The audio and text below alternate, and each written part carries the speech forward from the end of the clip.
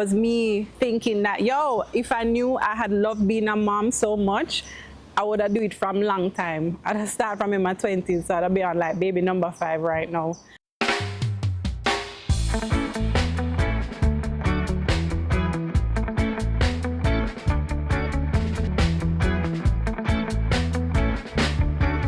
It was both scary and invigorating at the same time.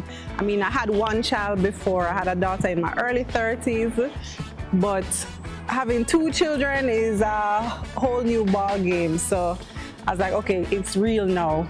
I have 2 of them, so I really have to step up the game.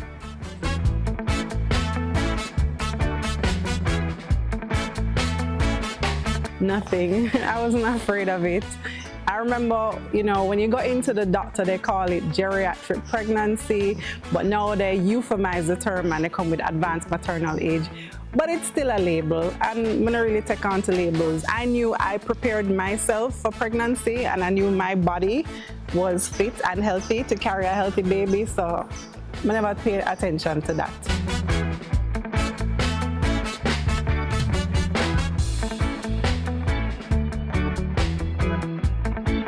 Well, I actually got pregnant at 39, and I had the baby right before I turned 39. So I had the baby right before I turned 39, and by the time she was a month old, I turned 40.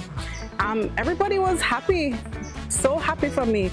As you probably know, worldwide the birth rates are falling. So when somebody brings forth a new baby, everybody glad.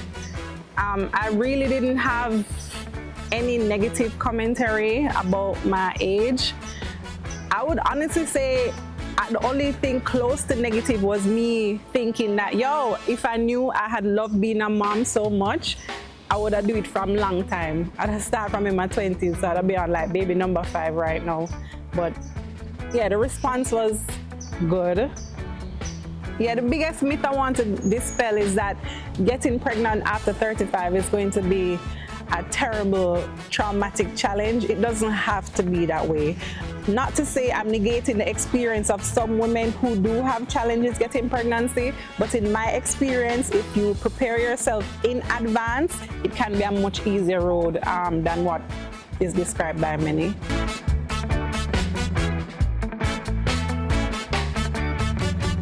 Firstly, my partner and I, we had to come into alignment. Remember, both are not gonna make this baby now, you know. So if you have health challenges that you need to address, not only the mother has to address it, the father has to address it as well. If there's emotional challenges, because that can hinder conception and healthy pregnancy, you guys have to address that as well. Luckily for me, my partner is a health nut, so on his side, I knew that his contribution would have been in tip-top shape, but we did have to work on our relationship to ensure that we were totally aligned and harmonious going into the whole process. The second step was to drop all my bad habits. And we know those bad habits that we use them as crutches and we make excuses. You alright, boom boom? Yeah, we know those bad habits that we use as crutch and excuses to carry through life, but really and truly we don't need them. So I quit smoking completely. I stopped indulging in marijuana. I already wasn't much of a heavy drinker. I didn't really drink, so I just cut that down from 1% to 0%. Even things like negative self-talk, I cut that out. Anything I identified as an unhealthy habit that could detract from my health, I ruled it out completely. Thirdly, I started incorporating healthier habits that I know would support my fertility journey. So I started exercising regularly, and most importantly, I shaped up my diet. So I cut out all processed foods, all added sugar, looked towards building a balanced plate, healthy lean proteins, healthy carbohydrates, lots and lots and lots and lots and lots of vegetables and seasonal fruit.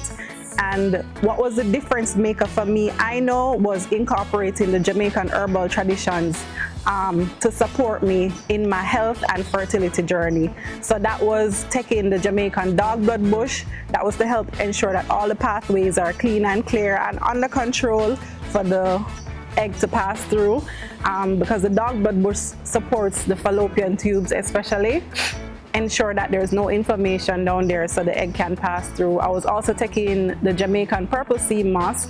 That is like a mineral supplement to ensure that my body had all the building materials it needed. To ensure my body had all the building materials it needed to deliver a healthy egg and for my womb to be fit to carry a baby to term. I was also taking blue vervain. That one supports healthy womb as well, but for me, that blue vervain was to support my mind, to help me relax more, to feel more at ease. That was the purpose of the blue vervain for me. Any other bush? Oh yeah, I was also taking the earth blood tonic, which I haven't launched officially as yet, but I was taking an iron tonic. That is to ensure that I was getting also sufficient minerals in my blood. And that one is highly concentrated in iron. And you know, iron is a magnetic mineral, which attracts all of the minerals to it. So I was taking the earth blood tonic to make sure that I was getting enough minerals in my body. So all of these herbs and supplements that I was on, I was doing it for an entire year and a half before I decided I'm gonna start trying to get pregnant. And at that moment when we tried, I got pregnant on the second attempt. So we conceived, we started trying for a baby in June, and by July I was pregnant.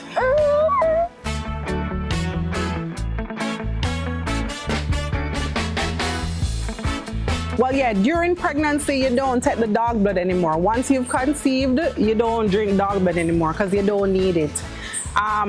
Also, another herb that they specifically tell you to avoid drinking is castor oil, because castor oil is an abortifacient, if I call the word right.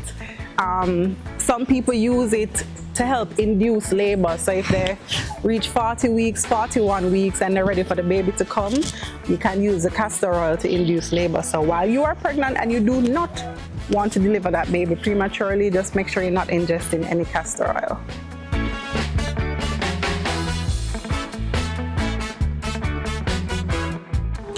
Oh, a lot of rest, obviously.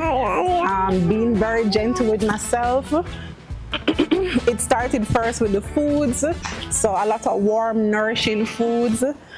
I was fortunate enough to have my mother and my mother-in-law, as well as a chef who came in to cook for me during those first weeks. So it was a lot of, it started first with the food, a lot of warm, nourishing foods, a lot of, you know, soups, bean stew. My spouse was making sea moss for me 3 times a day, because remember, now we're not just feeding my body, we're feeding my body, we're feeding my recovery, and I'm also breastfeeding, so I'm also feeding the baby. So I had to be very intentional about everything I was eating to ensure that I was getting all the minerals I needed to feed myself, feed my womb, which was healing, and feed the baby. So it started with the food. I also supported that with a lot of steaming. So I have a personal steam sauna, and I would use the steam sauna with the herbs to support the healing of the womb. So I went back to a little bit of the dog blood. I was also using a little bit of the Cersei, and I also had to be mindful of how much herbs I take, because now when you're breastfeeding, the herbs do cross the barrier to the breast milk. So you have to be mindful about what you ingest. You have to be mindful about what you ingest while you're breastfeeding, because the baby is gonna get a touch of that also. But you know, Jamaican people, them say Cersei make the baby's skin clean, so I did drink a little bit of Cersei, in addition to using it in the steam sauna. Exercise. I started with gentle exercise, just walking.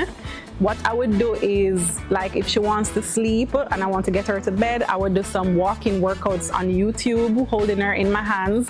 That was enough, you know, just to get the blood flowing, get some steps in without putting too much strain on my body while it was still in a healing mode.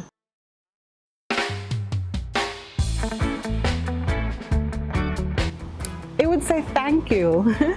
Resounding thank you. Round of applause. Girl, what were you doing before? I didn't like that, but this, yeah, I like this now. I like how I feel now. And I know my cells are grateful for the changes that I've made towards my health, because I see it manifest in my everyday life. And I truly believe that more becomes possible. The possibilities open up for you when you invest in your health, because when you have a healthy body, you have a healthy mind. When you have a healthy mind, the sky is no limit. There is no limit.